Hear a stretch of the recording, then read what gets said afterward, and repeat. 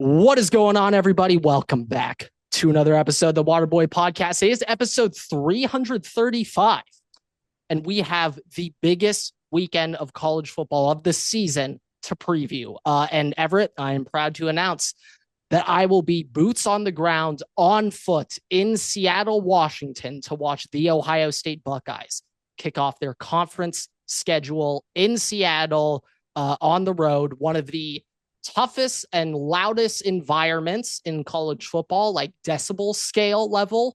I know Seattle, just in general, that city has a reputation for being one of the loudest fan bases. Say what's up to our boy Kai though when you're up there. Oh yeah, I thought when you did this, you were like, do you have a Washington hat on or something? No. But he did play. I'm pretty sure he played in this game anyways. So yeah, Washington. They're looking like a feisty little team. Oh, and Everett, I need to announce that yes, I will be attending my first ever sailgate. Now at the University of Washington, they have this river, like lake area right outside the stadium. Yep. And for their tailgating, they will just do like boat parades, like conga lines with the boats. So do you have a boat reserved here? My uncle, shout out Uncle Ed, he has hooked it up, not hooked it down. And he has got us boat seats. Now this will be a 12:30 boat p.m. seats. Yeah, we will be on the boats. Okay. My thought was that you're renting. My thought was that you were renting a boat and driving it yourself. And it seems like you're posted up on a different person's boat. No. We are posted on somebody else's boat, but it's just like a big thing there, like very, very big thing for alumni and like students to rent out these boat seats to be in it. So I'm Everett. Boots on the ground, actually, boots up on the water. I will be on that sailgate, Everett. Okay. I will be on the boat. This is not an FSU Knoll situation. I will be on the boat. So I'm trying to think about how this would end up with you having to either always be on boats or never. Like, what would the FSU Knoll situation be for you relating to boats? If this was in not exactly an equivalent situation, but equivalent example, FSU Knoll would have promised to provide a boat, drive it, and promise that if he doesn't do that, he will do his heinous act, which he did not commit. Okay. Whatever. Okay. I will be on the boat. Right, yeah. I'll be on. You'll be there. Boat. Okay. I'm expecting footage. We're getting TikToks. We're getting live TikToks. Yeah. I mean, it's not like game days there or anything. We have some pretty other exciting matchups. Yeah. But what I'm most excited for, and I'm trying to do this for the Waterboy faithful. I have been informed that Ohio's Tate, the Barstool guy, will be there. And I will go out of my way. Content creator. I will go out of my way to find him and thank him for his services to the university. Shake his hand, hug him, thank him first and foremost. Thank him for all the great work he's done, and applaud him for his continued efforts. You're saying this now, and if he listens to this before, he's gonna be like, I need to make sure I stay as far away from this individual as physically possible. Now he's replied to me on Twitter, so like there's a non-zero chance when I show him Waterboy Grant, he'll be like, I've seen you reply to me before. There's like I'm not saying it's above 4%. Well, there's also not like zero. There's also a non-zero chance he's also seen our TikToks, just considering how prolific they are. So I mean, I've been looking out, and the day Waterboy Pod gets mentioned on Josh Pate. We had some article right about us the other year. You remember that? It was like 2 years ago. They used one of our I think they used one of our TikToks in their article, and we were just sitting there like, all right. Yes, that has happened before. That did happen. And also the only organization that has copyrighted our videos naturally is the MLB. Grow Yeah. the game, kids. Grow it. The only league that has strikeouts. Literally Okay. the On to only thing. college football. Yeah. Massive week. I'll quickly start with Ohio State, Washington, because we're here. Uh, I have grown more concerned about this game over the past 5 days. Everett, this line started out last week. Ohio State minus 14 and a half on the road. Everett, can you guess Yikes. what that line Well, is? I'm looking at it. Okay, I'm so looking you at could, it. so that I line know. has dropped a touchdown down to Ohio State 7.5. It's quite literally dropped 50%. Yes. The other thing that is concerning me currently with this spread at 7.5, 94% of the money is on Ohio State spread. Everett. Well, it being on the spread, I mean, doesn't mean you're going to lose. No. But it likely means that from what I've gathered in my life, if there's a spread that is betted one side over 90% of the time, Everett, that means Vegas is betting on this game. That means Vegas is betting on Washington to cover this, and they feel quite comfortable doing so. I'm trying to look at their team allow stats that line right now. to stay out there unless you felt pretty damn good you're going to make that 90% back. And this is spread. Both lines are minus 110. So okay, all right. Well, real quick, this is Washington's first real game of the year. Yes. They've averaged 61 points on offensive game, but they've only played Colorado State, UC Davis, and Wash State. So yeah, they haven't had the greatest opponents. It's not necessarily like I can see the offensive appeal on that regard, but at the same time, I don't think that it's with merit because it's not Ohio. They haven't played anybody on the same caliber. Yeah, and I still am a firm believer that Ohio State is the best defense in the country this year. Now, one thing I will say is their third down efficiency, because like even if you score points, your third down efficiency is not necessarily fully opponent based. It does help, but it's not 100% opponent based.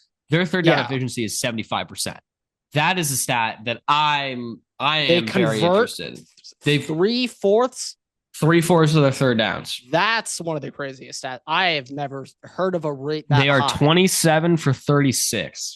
There's a higher likelihood that the Washington Huskies convert a third down than maybe all 32 starting quarterbacks complete a pass. Yeah, I mean, but this is also my other thing. I'm just looking. I haven't paid that much attention to Washington, so this is kind of a first look at everything. And I don't blame anyone. Yeah, because we just read their opponents, and I mean, Grant, just doing the math out here, they're a run first team. I mean, to be fair, at a certain point, you don't have to pass, so I'm not entirely certain because they've just been blowing teams out. But they are averaging 5 rushing touchdowns a game, 260 rushing yards a game.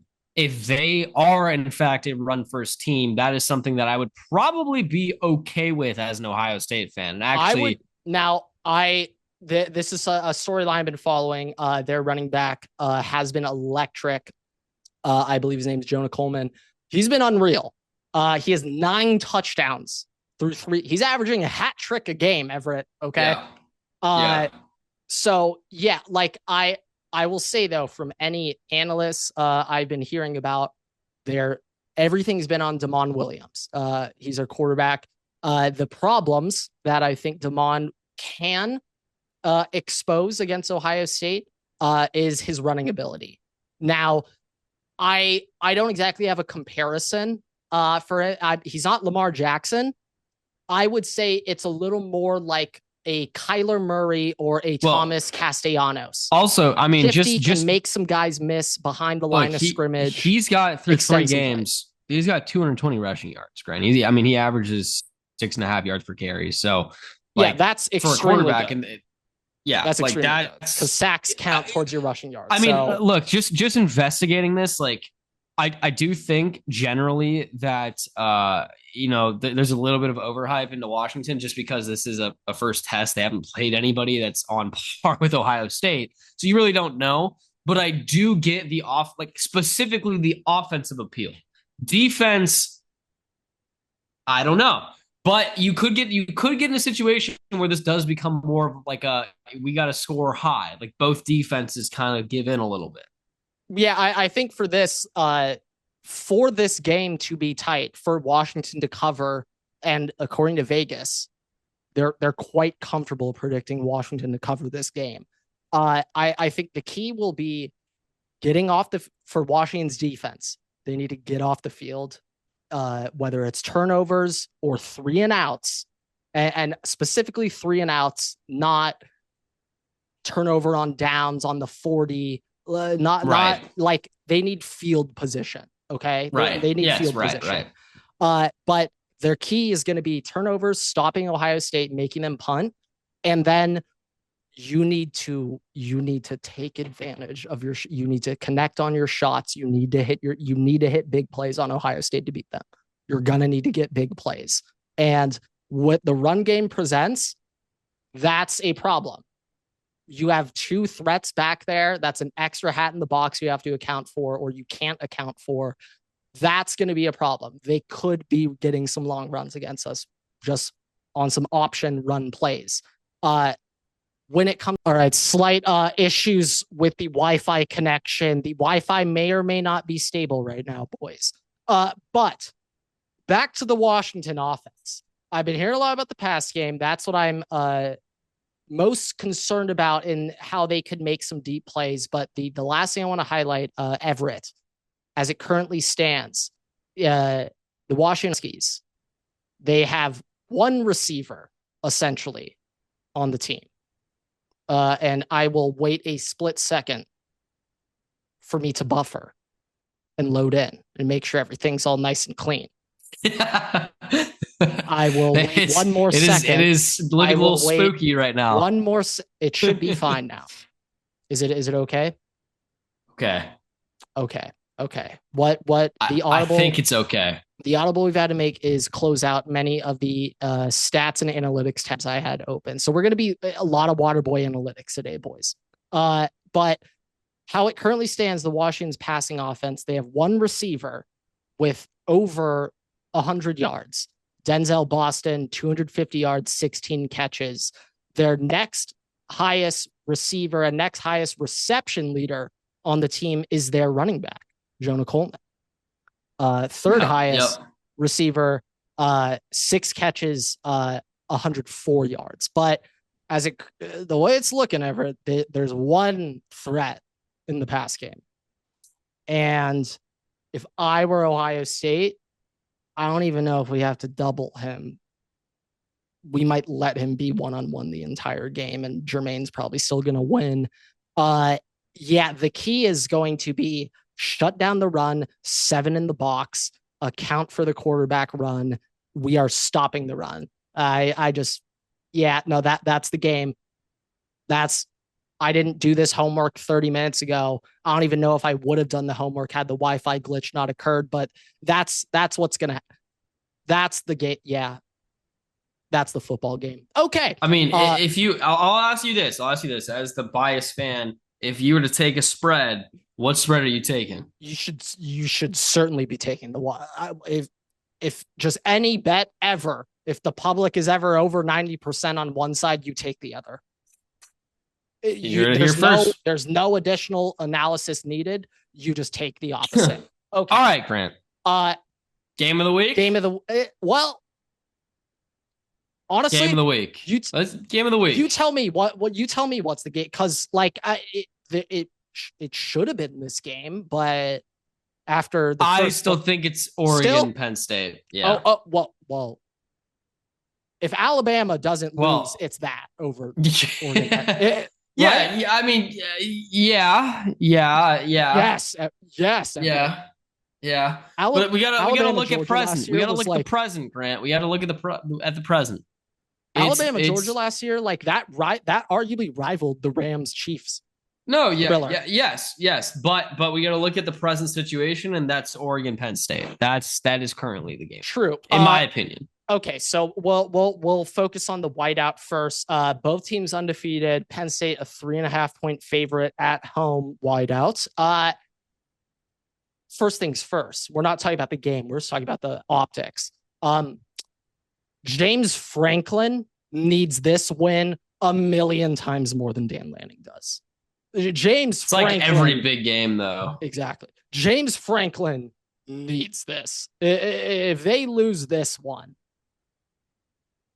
all the mojo, Penn State, all the hopes for this year, them potentially pulling in Ohio State, bringing back a bunch of draft eligible guys to stay for their senior year.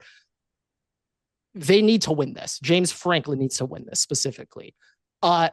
This is why I will say though, when it comes to Oregon, I think is a team that has flown under the radar. They didn't exactly have the highest expectations coming into this season after last year losing so many guys. Brand new quarterback, replacing a ton of pieces all over. Evan Stewart, their star receiver, out for the season. There were many question marks surrounding Oregon going into the year. And although like Oregon hasn't necessarily played an excellent team either, Oregon's looked the part. Now Penn State, on the other hand, they are going into halftime against University of Albany 7-0. That's how Penn State's looking right now. The other thing I want to point out specifically is going back to last year. We're going to talk about Jim Knowles real quick on Penn State, New DC. First, if Matt rules the rule of three and year three he makes it right, the same applies for Jim Knowles. He is a rule of three. His third year, that's when he finally gets his defense in place. Go back to his past stints at DC. That year one, it's ugly. They get gashed in big games that first year. And going back to now Ohio State, Oregon last year, the first time around Ohio State, Oregon, at that point in the season, Ryan Day allowed Jim Knowles to be the head coach of the defense. Jim Knowles ran the whole show, every scheme, format, yada, yada. That's completely on Jim Knowles. That's what it was until that Oregon game. Then that Oregon game happened. There was a massive fight between Ohio State longtime D-line coach Larry Johnson and Jim Knowles. And after that argument, the entire staff sided with Larry Johnson, and Ryan Day removed Jim Knowles from, he still called the plays, but he is not determining the defense throughout the week of practice. No. Ryan Day took over after Oregon the first game. And in that second time around, it is a brand new defense that Oregon's like, Dylan Gabriel was quite literally shut down his legs 15 times in that game. 15 times. He was in hell. He was in hell. He was in hell. Past seeing ghosts, he saw poltergeists. Okay. That's what he saw out there. So I'm a bit nervous about Penn State's defense going up against Oregon. And so far this year, if there's a quarterback that we need to be paying a little bit more close attention to, it's Dante Moore. Dante Moore has looked the part. He's been good. His recruiting class. Now keep in mind, it's him, it's Arch, it's Lagway, it's Jaden Rashada. It's a bunch of these guys. He's the best. And I would go, Jackson Arnold's in it. And I'd go one step further. He's the only quarterback from that class as it currently, he's the only one that's considered good at this. But Nico was in that class. Yeah. You don't like the Arch? You don't consider Arch good? No. Also Arch's shoulder is not okay. He's grimacing when he throws, and the facial expressions he produces, you don't make those faces unless it literally physically hurts you to throw the football. Yeah. So Arch is hurt. Arch is hurt right now. That hasn't been reported. He is hurt. He is not healthy. But my key to this game is going to be that Oregon explosives on offense against Penn State. That's how Jim Knowles, he's the opposite of bend, don't break. He's break, don't bend. It's either 3 and out or 75-yard touchdown. So it is break or bend, or break, not bend when it comes to Jim Knowles. So Penn State, for them to finally get it done, limit the explosives and score in the red zone. Cannot settle for 3. But with all that being said, I think Oregon's winning outright. I would easily take 3.5 on Oregon. But yeah, Yeah, give me the points 100% in a game like this. Yeah, give me the 3.5. I'd But I also think Oregon wins probably outright. easily take 51.5 total Over. over. I think I like that more than Oregon 3.5. Honestly, The over? Yeah. I think I like that Yeah. one more. Yeah. Yeah, like or like we're That's not just going the to most discuss it. likely thing to happen. The Oregon defense versus Penn State's offense. Shit, we'll see how that goes. I don't know. I don't have any analysis on that one, bro. Penn State's offense hasn't looked so good, so I'm thinking they've been conserving play call, run really vanilla the past few weeks. I'll give them slight benefit of the doubt there for their offensive downfalls. Maybe I'm giving them too much. I probably am. I am giving them too much credit. I am, Everett. So, but yeah, no, give me Oregon the points. But okay, we got two more games and then we got to get into the NFL. Well, USC, Illinois, I was saying all year, that is USC's make or break game. It's big, and Illinois After looks losing to Indiana, Everett, ironically, I think this is an even bigger trap game for USC. You think now, that it's now there's a big concern that USC is overlooking Illinois and feeling the juice and thinking they're going to steamroll right by them. Newsflash, you're not. You're not Yeah, just going to simply just go in there. And I think it actually makes it more of a trap game. I mean, Grant, just real quick, the three games on their slate right now is they're at Illinois, then they play Michigan back at the Coliseum, and then they're at Notre Dame. It is one of the toughest three. It's arguably the toughest 3-game schedule or 3-game stretch any team in the Big Ten has. You could honestly say 4-team stretch because Michigan State's not necessarily a cakewalk either. Well, they just beat Michigan State. I know, but that's what I'm saying. Including in the 4-game stretch. Okay, yeah. Nebraska's on the other end of that. Nebraska, I'm not. I don't think that counts. So Michigan State, though, not a cakewalk. Not a cakewalk. Nebraska. Unless Matt Rule comes to his senses and stops Dylan Raiola from being Patrick Mahomes, then maybe we. I'll be honest. Just as we're clowning on Nebraska, dude, that's a game Nebraska's so winning. It's at Nebraska too. Is it? I don't know. Yes, it is. It is. Oh, Everett, I think I might be ready to announce that right now. Give me Nebraska right now, whatever that is. At least I think I might be ready to announce that now. Also, unfortunately, I am afraid to announce that I think I am responsibly going to be betting a large amount of money on the Texas A&M Aggies to beat Texas last week of the season. I might be just doing that every year until it happens. Okay. Next game of the week, Alabama at Georgia. Georgia's only a 3.5-point favorite here, Everett, which to me, if I'm going to think like a bettor now, I think a bettor would think, wait, Georgia's only 3. How? What does Vegas know that I don't? I think I want to go Bama plus 3.5 here because I don't think the line. No, I think it's a reverse. It's a little reverse psychology. No. Vegas wants you to think, oh shit, what is this line? Should I be taking Bama? No. They want dummy money on Bama. Georgia's covering this. That's why I said it's a little reverse psychology. Yeah. Like why would I want? No, yeah, it's a little reverse psych. I mean, let me ask. Do you think this is going to be close?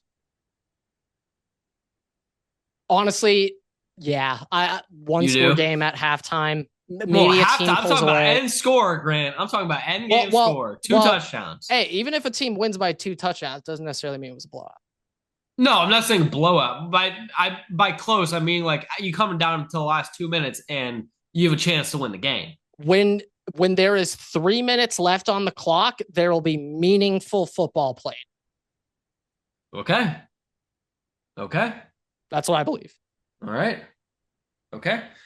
You heard it here. I mean, my biggest matchup here though is I am the most fascinated I am every year about both these teams' front sevens and how they defend the run. I think that's something Georgia's gonna have to do just this season. And also Alabama. Yeah. They both need to establish the run. They need to make lives easier on their quarterbacks. And I think, this could be a game where it's very simple. Whoever leads in rushing yards wins the game. I'm not super sold on either of these passing offenses. So no, yeah, I 100% agree with that. Yeah, but we're gonna say which team can run the ball better. I think Georgia's gonna cover that one. And then last up, LSU Ole Miss. I don't know how much football will be discussed, but Everett, the biggest college football headline of the week. Whit Weeks is playing chess. Okay. Yeah, not Lane checkers. Kiffin is playing checkers. Whit Weeks somehow got Lane Kiffin's daughter to hard launch on Instagram that she's dating the star linebacker of the LSU Tigers, Whit Weeks. And as it currently stands, the LSU is the number 4 team in the country because of the defense, not the offense, Everett. So Whit Weeks is de facto face of LSU. It's Nuss, but if we're just going off performance, Whit Weeks the face of that team so far. And now he's dating, and it's not Whit Week. No. Lane Kiffin's daughter announced it, not Whit. What? No. Do you think? There's 100% Whit Weeks had her 100%. No. I'm not saying that. I'm saying there's a 0% chance that Whit Weeks has met Lane Kiffin. Do you think especially if LSU wins this game, they're going for the handshakes? Whit Weeks walks up to Lane Kiffin, goes, real quick, Everett, do we think that is how Lane Kiffin found out his daughter was dating? Do we think that's how they found? I don't know.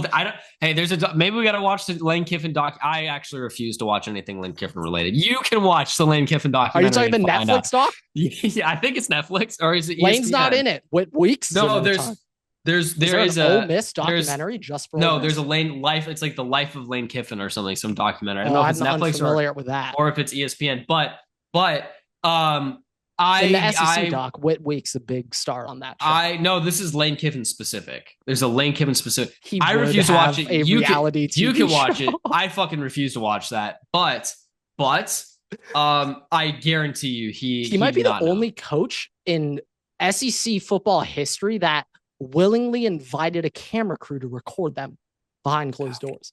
I think he's the only coach in SEC history to ever willingly approve that. There's a good chance his agent requested he 100% requested it. He 100% asked for it. He definitely did. He 100% asked for that. I mean, Whit Weeks is playing chess right now while Lane Kiffin is playing checkers. But I will say LSU might be a little inflated right now. No, I 100% think they are. I do also think Ole Miss is a little inflated too, though, at least from my perspective, because I think they can be hearing it from the other side.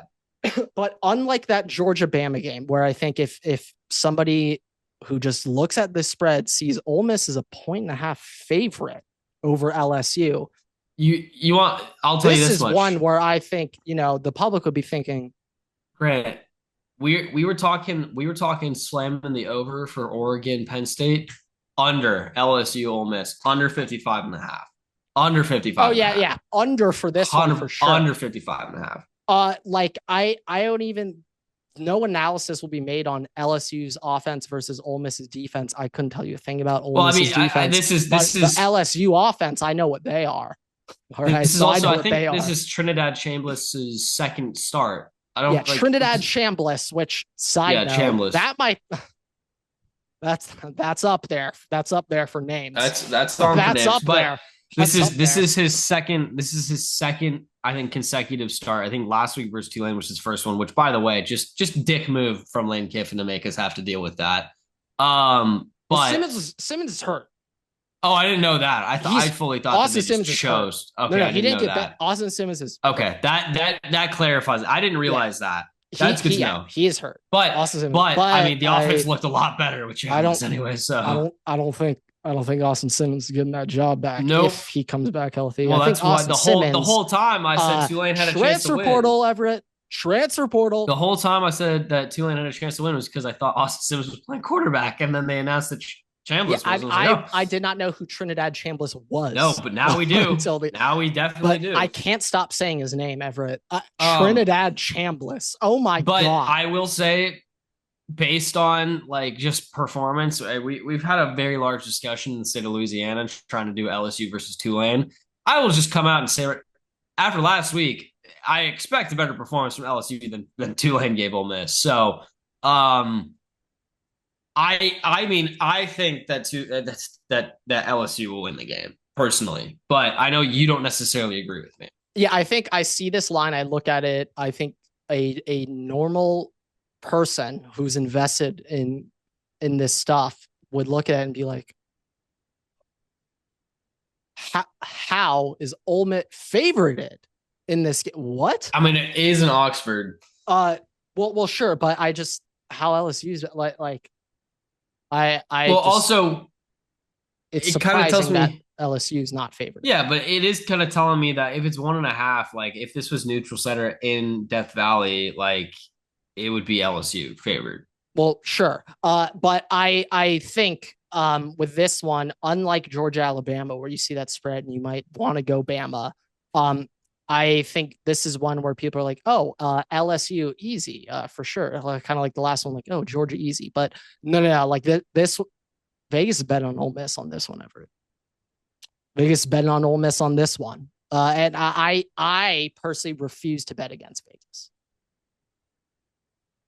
I don't know. So I'm I going also Ole Miss. just don't like. I don't like 1.5 spreads to begin with. No, I no, don't. I don't. gross. At that point, I'm just taking money line. Like what? I don't know. The team's not going to win by 2 points or whatever. Like the odds are, whoever wins this game is winning by 10. No.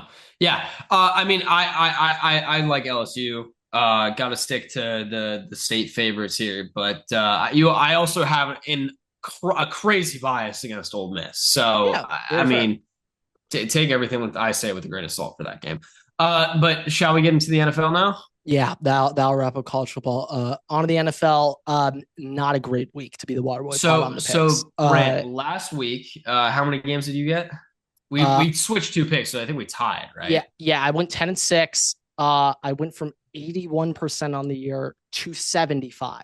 That terrifies me. I went from 81% to 73%. I don't want to be now it's early, so it makes sense at the drops. I mean, we have some adjustments. All right, it's fine. It's okay. Yeah, you got to come back to earth a little bit. Yeah, but, we split here. Yeah, so but overall, you got yours. Yeah, 73. Still, hey, 75%, 73%. Still, hey, we're still good, Grant. Still, it's not 80%. Still good. I'm not complaining. I am just. Yeah, I mean, recognizing a pattern. Yep, that we're going down a little bit. I mean, week one, that it's the greatest start in sports media history, other than that one kid with the March Madness bracket. So, like, with that in mind, shit, it's gonna be hard for the meat of our season to live up to the start. But yes. You know what? Like, I know, like, technically we would go to the overall record here. But can I read them? I want to do it. Okay, yeah, sure. I want to do it. So, okay. I haven't done this in like 8, 9, 10 months. Hey, so I've you're who always shirted me about it, making sure you get it right. So make sure you get it right here. Oh, I'm positive I will. Starting off strong on Amazon Prime, Thursday Night Football, Seahawks at Cardinals. Dublin game, which I don't know why we're doing this shit. I don't. Tell me about I know it. Ireland doesn't. Tell care. me about it, dude. I know they don't care about this. Oh, it's gonna be Vikings so rowdy. Versus Vikings versus Steelers. Early slate. Commanders at Falcons, Saints at Bills, Browns at Lions, Panthers at Patriots. Wow, a double PA main team matchup. Yeah. Chargers at Giants, Eagles at Buccaneers, Titans at Texans. Afternoon slate, middle slate. Colts at Rams, Jaguars at 49ers, Ravens at Chiefs, Bears at Raiders. Sunday Night Football, Packers at Cowboys. Micah comes home. And Monday Night Footballs, Roger, what are we doing? What are we doing? Monday Night Footballs, Jets at Dolphins, Bengals at Broncos. A good amount of alliteration games. Okay. Yeah. A good amount of alliteration. Definitely some alliteration here. But I didn't mess it. Did I miss? Nope. You got it. Good. Okay. So Sarna, that's 1-0 for me on the year, just as my teleprompter reads. But here are my picks for the week. Cardinals, Vikings, Commanders, Bills, Lions, Patriots, free Trevion, Chargers, Eagles, Texans, which I hate, Rams, 49ers, Chiefs, Bears, Packers. Everett, I'm not one to do this, but I am requesting an asterisk game, and it's all downhill from here, boys. It is all downhill from here, boys. Hold on, asterisk game. I'm requesting for Jets, Dolphins. I'm requesting an asterisk game. If Justin Fields plays, I am on JETS Jets. If Tyrod Taylor, my former quarterback, suits up, I will unfortunately be on the Miami Dolphins. I'm requesting an asterisk game. Sure, I'll give you the asterisk. Okay, I'll thank give you you. the. But when I request one later, It will be honored. that's all I want. It will be That's all I honored. want. And That's all I want. Broncos. Okay, we got some differences here, Grant. Good. We got some differences I'm after convinced last week. last week was just that can never happen again. We'll We'll never plan it out, so we'll never like know until we both say it. But we can never be doing that shit again. Okay. All right. Here are my games. Seahawks, Baka, Vikings, Commanders, Bills, Lions, Panthers. Taking the upset, Bucks. Texans, kind of wanted to ride with Indiana Jones, but we're going Rams, 49ers, Ravens, the Bears, Packers, Jets, and Broncos. And I'm getting a fraud alert right now. I don't know which thing that's on, but fraud alert also coming in hot. I don't know after what team that came in, but there just was one. I think First fraud alert in a long time. Directly after the Bears. Well, almost simultaneously. well, now, if the Bears now lose, we're both on the Bears. So do we want to flip it? Do we both flip right now? Do we both flip? We can't. We get a double asterisk. We on can't that. be doing flips. Yeah, you know. But hey, we didn't anticipate the fraud alert. That's just telling us something. We went double L on the flips. If we just didn't flip, we'd be 11. Last week. Yeah, okay. We can't be flipping. But hey, this is fraud alert. That was for scheduling to make sure we didn't have the same teams. This is fraud alert. Yeah. But just make sure I try to count the differences. I was losing track. I know Seahawks, Panthers differences. Yep. Did you catch any further down? Bucks. Okay, Bucks. you're on Bucks. You're on Ravens. Yep. And I'm on Jets. If you have an asterisk. Yeah, I mean, if Tyrod Taylor looked really bad. I don't care. They still almost won the game. No, I know, but I think that was Jets defense. And also, this is just my new bet every week. Whoever defense against Tua, sprinkle defensive anytime touchdown. That's just my new play every week in. No, not a bad play. But I mean, I'm reserving that asterisk. I'm putting it in my pocket now. Okay, Grant. I just want to start with the Vikings because it's obviously my team. I'm not gonna. There's not a whole lot for me to talk about, but I will say this: last time the Vikings were in Europe last season, they played Aaron Rodgers, and they made him. He was in hell. He was in hell for a lot of that game. The other thing, Grant, is the Vikings have been very good abroad for their ever since abroad. Have you guys played abroad every single year with the Jags? I think for the most part that we've played abroad. I know Jags are quite literally. Us and the Jags are usually the two teams that do play abroad when it happens. Ironically, I think we played the Browns abroad like twice in the last 6 years, so that's fun. But Grant, I mean, that's the opposite way of growing. Grant, you show Europe the Cleveland Browns. I think when the Vikings play, I remember distinctly playing the Browns in Europe when they had Deshaun Kaiser as a quarterback too. So that was fun. But Grant, the Vikings have a secret weapon in their back pocket. There's a secret weapon in the back pocket. Do you know what it is? Is it Jordan Addison? Not Jordan. No, but Jordan he's Addison. coming back. Jordan Addison's coming back. Okay. But no, the Grant, the secret weapon is they're playing in Ireland. Grant, is there someone Irish? Is KOC Irish no, or just but okay? Grant, go on. Yeah, Grant, go on. They're playing in Ireland. Ireland, extremely noted for redheads. Grant, the Vikings quarterback, one Carson Wentz. That man's got the luck of the Irish. Okay. That man's got the luck of the Irish in him. Yeah, I wasn't even necessarily thinking of that angle per se, but pretty much. As I said, secret weapon. I'm just thinking whoever offense against the Unctions probably putting up points. So you guys get to offense against the Unction this week. Darius Slay, Yeah, but also, who wants I their ankle snapped first? I will say though, Justin Jefferson. Jordan Addison coming back is a massive, massive relief for the Vikings. Oh yeah. Also, I'm currently in some talks. I was about to say recurring guest. Unfortunately, this person has never been on the podcast. But the team I'm playing against, I'm trying to lose in the Dynasty League, and I'm just telling him I can already see it now. I'm going to wake up on Sunday, just check through my notifications, and in Jordan there Addison, 32 points. Touchdown, Jordan Addison, 65-yard receiving touchdown, and it will break my heart. It will send my heart to the depths of despair. But yeah, no, whoever offense gets the unction, Everett. The other thing, I think personally, I think Jordan Mason is about to potentially have his game of the season. The Steelers' run defense, Everett, is awful. Now, I know you guys are banged up on the O-line too. I know that. But I think for this game, you look at the wide receivers. Well, we're not stacking the box. We should only be missing the box. We should only be missing Donovan Jackson. I think Ryan Kelly's supposed to be back.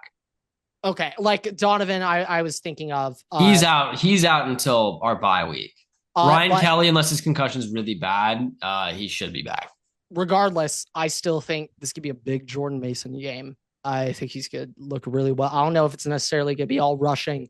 I'd take the over rushing plus receiving. Okay, just to be safe.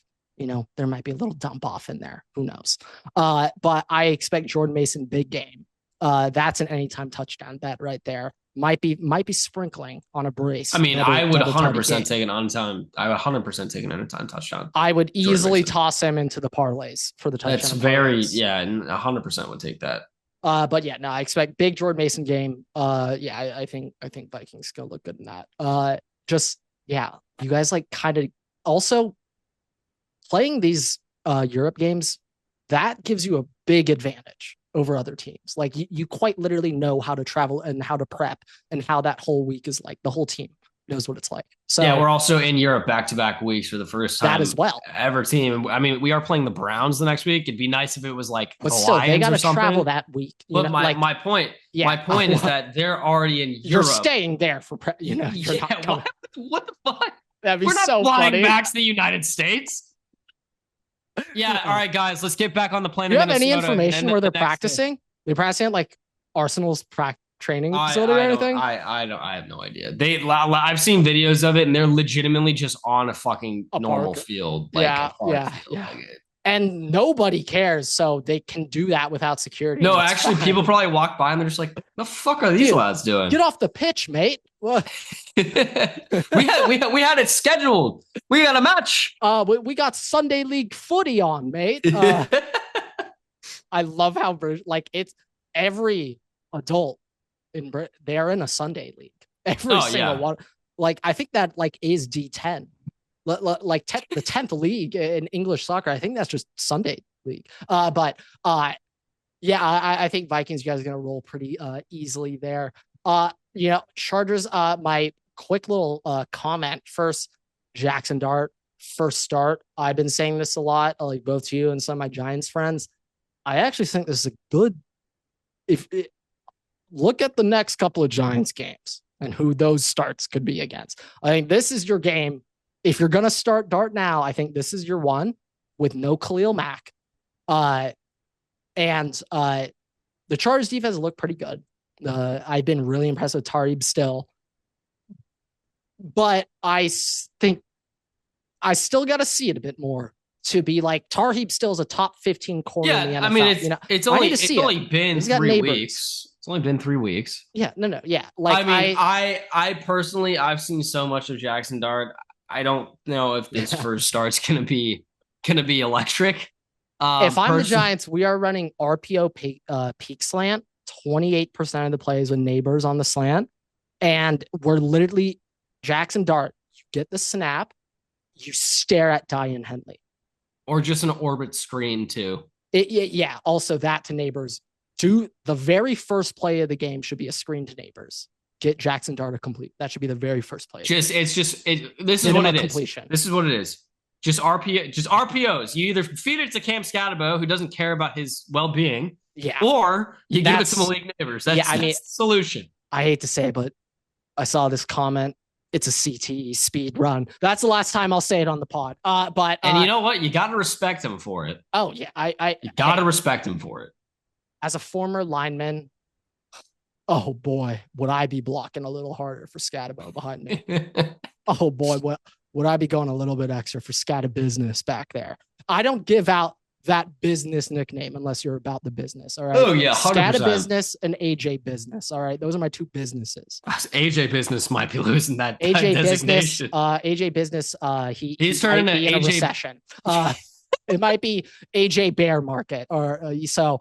No more AJ, well, no it's more not. There's no finance B, jokes. but No more finance jokes on this podcast. AJ Winnie Hub Jr. Duke, if you're listening, I love you. That was for you. But AJ burpees. AJ bad at football. Okay. I think Everett. AJ booty. Three WTF game of the weeks. Maybe two. Well, I know you already have one because you got an asterisk on one. Other than that, I see. Let's just do game of the weeks. Okay, actually, this is a tricky one. Three, but it's probably not the same three. Tricky one. Commanders, Falcons, 1.5 point favorites for the Don't think Commanders. it's tricky at all. Don't think it's tricky at all. Mariota revenge? How much is that fact? Because if Jane Daniels is probably not playing, I mean Mariota was solid, good last week. Solid. Serviceable. And the Falcons did just change play callers. Oh yeah. The Falcons obviously beat the Vikings, but last week was so bad. Like I guarantee you, I won't expect them to do the same thing. But the Commanders are also not the team to turn around and have a fixed game against. Yeah, like, Commanders aren't world beaters either. Even if the Falcons do fix everything, like I don't know if that's still going to win them the game anyways. Yeah, I'm most interested in the matchup between the Commanders defense and the Falcons offense. Like this might sound weird, but it's like if I'm the Falcons, I need to receive the ball opening kickoff, and we need an opening script put up. You need to set. You need right to set away. The tone. We need to go. You got to set the tone. Opening drive, we got to go. But yeah, no, that was a little WTF.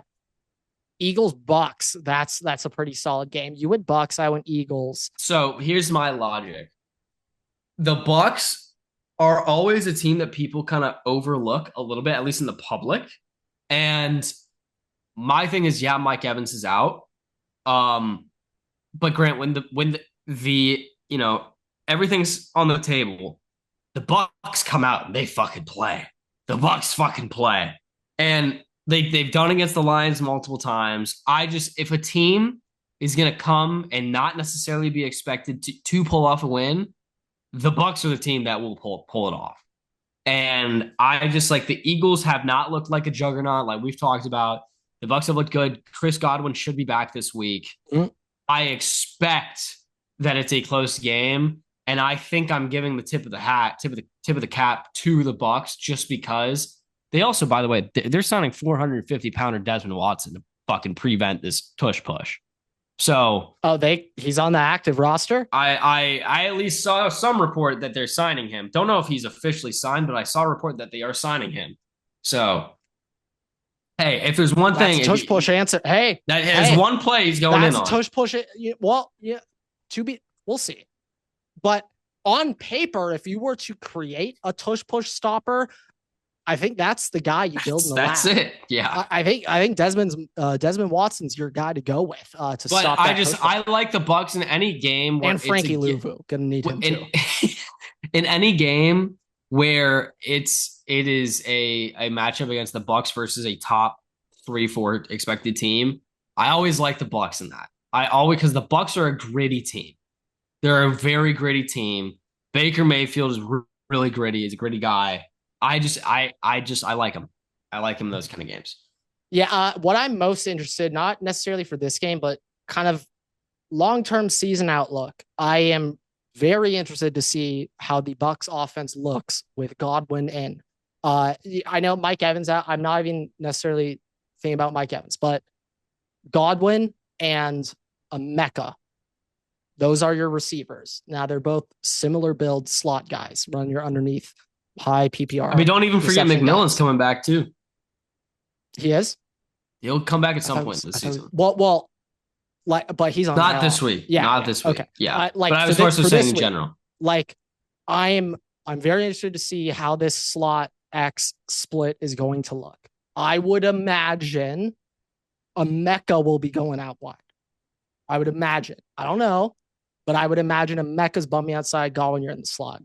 Going in the slot's a monster, boys. Going in I'm the slot's assuming that different. that's probably the case, or they do a little bit of a rotation just so that you stay a little bit Oh yeah, frisky, a little yeah. bit It's fresh. not an established Godwin's in the slot the whole game, but But that I mean, yes, most of our sets, yes. I agree that the majority will be with Godwin in the slot.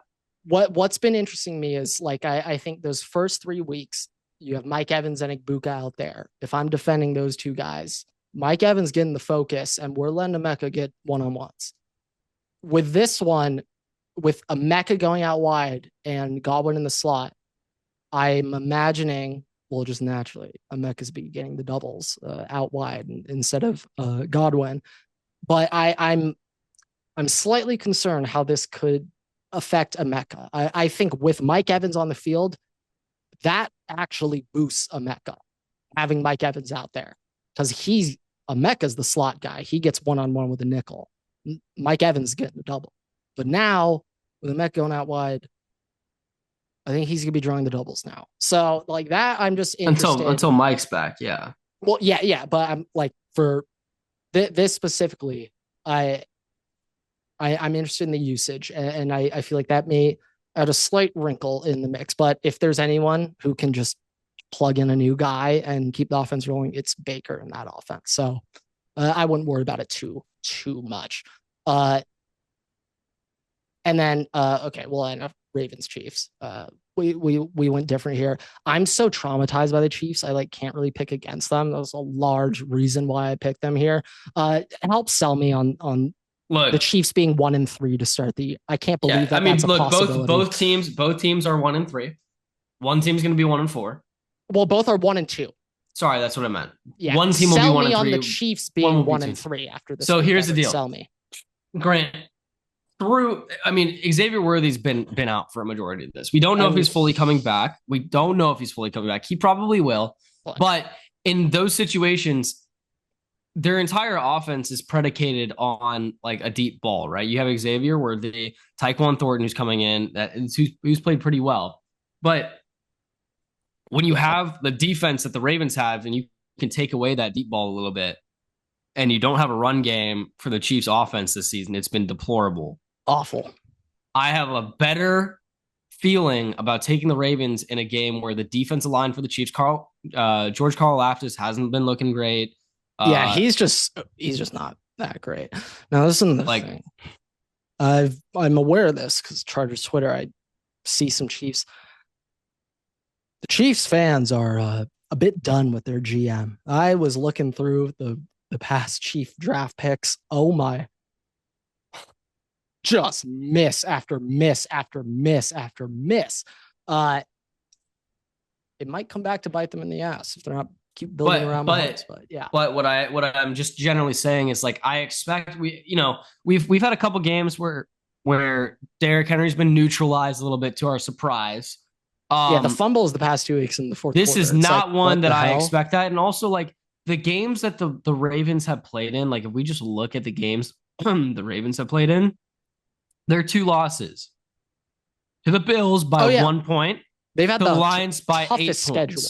And by the Lions by 8 points. It stays difficult. If we look at the Chiefs, losses, 1 to the Chargers, 1 to the Eagles, and even to the Giants, that game was not necessarily a gimme through the first half. It was a 3-point game at the end of the first half, and then the Chiefs scored, I don't know if it was a touchdown and 2 field goals, or a touchdown and another touchdown with a missed extra point. Because I wasn't really watching that game. But the Chiefs have looked anemic overall, and their offensive efficiency is really not to the same standard as what the Ravens is. Plus the defenses, you match them up to 1-1. I mean, the Ravens are clearly a better defense as long as Jair Alexander isn't playing. So it's weird because on paper, the Baltimore Ravens should have a better defense than the Kansas City. They should. I don't know what the hell it is with early season Baltimore Ravens defense, Everett, but it's been 2 years in a row now. They do not look like the Ravens defense early. I don't know why. Look, They just don't look like the Ravens I defense also early in will the say year. this: the Chiefs' offensive line, Oh, obviously, it's about time that the downfall's begun, Everett. I've been obviously, waiting. Jawan Taylor has always been a fucking false start merchant.